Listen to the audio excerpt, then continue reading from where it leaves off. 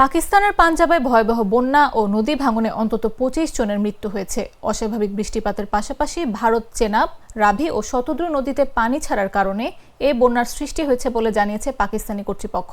স্থানীয় প্রশাসন জানায়, বন্যায় শিয়ালকোট জেলার সাম্বারিয়ালে একই পরিবারের ৫ জন মারা গেছেন। গুজরানওয়ালা বিভাগে ১৫ জন, গুজরাটে ৪ জন, নারোয়ালে ৩ জন এবং হাফিজাবাদ জেলায় আরও ২ জনের মৃত্যু হয়েছে। বন্যার পানিতে ডুবে গেছে কাসুর, নারোয়াল ও পিন্ডি ভাটিয়ান এলাকার শত শত গ্রাম। হাজার হাজার মানুষ গৃহহীন হয়ে পড়েছে। প্রবল স্রোতে ভেসে গেছে শত শত গবাদি পশু এবং কয়েক হাজার একর ফসল। বাহাওয়াল নগরে ডুবে গেছে বহু বাড়িঘর। চেনাব নদীর পানি প্রবেশ করেছে চেনিয়ট ও ওজিরাবাদের বহু গ্রামে।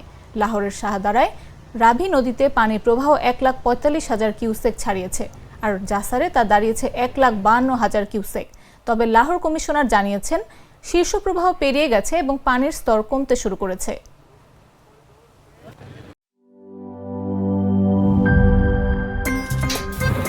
আমার একটা স্মার্ট সিদ্ধান্তে 25% গ্যাসের খরচ কমেছে। ভাবছেন কিভাবে? সাধারণ গ্যাস স্টোভ বদলে আমি এনেছি আরএফএল গ্যাস স্টোভ। এর সাইন্টিফিক নজল ও ব্রাস বার্নার ক্যাপ সমানভাবে তাপ ছড়িয়ে রান্না করে দ্রুত। তাই গ্যাসও বাঁচায় 25%, টাকাও বাঁচে 25%। আরএফএল গ্যাস স্টোভ নিরাপদ ও গ্যাস সাশ্রয়ী।